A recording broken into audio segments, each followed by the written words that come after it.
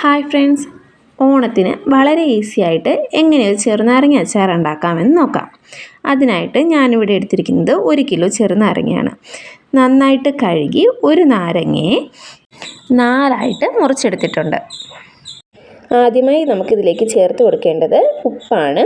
10 teaspoon ഉപ്പാണ് ഞാനിവിടെ എടുത്ത് വെച്ചിരിക്കുന്നത്. നാരങ്ങ നല്ല പുളിയുള്ളതായതുകൊണ്ട് ഉപ്പ് ഇനിയും വേണ്ടി വരും. അടുത്തതായിട്ട് ചേർത്ത് കൊടുക്കുന്നത് 10 പച്ചമുളകാണ്. അത് മുഴുവനായിട്ട് തന്നെ ഞാനിവിടെ ചേർത്ത് കൊടുത്തിട്ടുണ്ട്.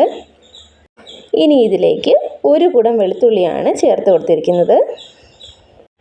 അടുത്തതായിട്ട് 1 ടീസ്പൂൺ കായപ്പൊടി കൂടി ചേർത്ത് നമുക്കിതെല്ലാം നന്നായിട്ടൊന്ന് യോജിപ്പിച്ചെടുക്കാം. ഞാനിവിടെ നാരങ്ങ അച്ചാർ ചട്ടിയിൽ തന്നെയാണ് ഉണ്ടാക്കാൻ പോകുന്നത്.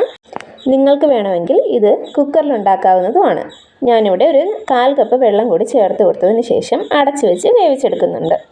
ഒരു 15 മിനിറ്റ് ആകുമ്പോഴത്തേക്കും ഏകദേശം നമ്മുടെ നാരങ്ങയെല്ലാം വെന്ത് തുടങ്ങിയിട്ടുണ്ട്. ഈ സമയം നമുക്കിതിലേക്ക് ആവശ്യമായിട്ടുള്ള പൊടികൾ ചേർത്ത് കൊടുക്കാം. ആദ്യം ഞാനിവിടെ ചേർത്ത് കൊടുക്കുന്നത് 1 ടീസ്പൂൺ മഞ്ഞൾപ്പൊടിയാണ്.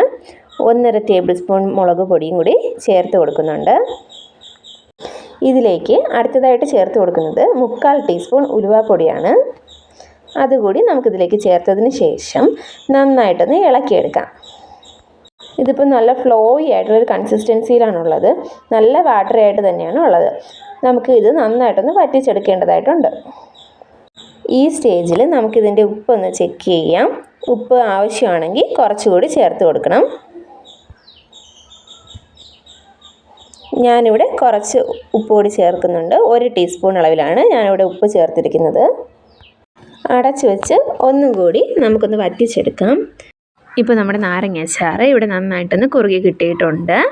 ഒന്ന് തണുത്ത് കഴിയുമ്പോൾ കുറച്ചുകൂടി ഒന്ന് കുറുകി വരുന്നതാണ്. അവസാനമായിട്ട് നമ്മൾ അച്ചാറിലേക്ക് ചേർക്കുന്നത് 1/4 കപ്പ് നല്ലെണ്ണയാണ്. അതുകൂടി ചേർത്ത് നന്നായിട്ടൊന്ന് ഇളക്കി യോജിപ്പിച്ചെടുക്കാം. നാരങ്ങ അച്ചാർ ഇവിടെ റെഡി ആയിട്ടുണ്ട്. ഒരു 2 ദിവസം ഇങ്ങനെ തന്നെ അടച്ചു വെച്ചതിന് ശേഷം കുപ്പിയിലേക്ക് ആക്കുന്നതായിരിക്കും നല്ലത്. വീഡിയോ ഇഷ്ടപ്പെട്ടെങ്കിൽ ലൈക്ക് ചെയ്യുക. നിങ്ങളുടെ അഭിപ്രായങ്ങൾ കമൻറ്റ് ചെയ്യുക. വീഡിയോസ് ഇഷ്ടപ്പെടുകയാണെന്നുണ്ടെങ്കിൽ സബ്സ്ക്രൈബ് ചെയ്ത് ചാനൽ സപ്പോർട്ട് ചെയ്യുക.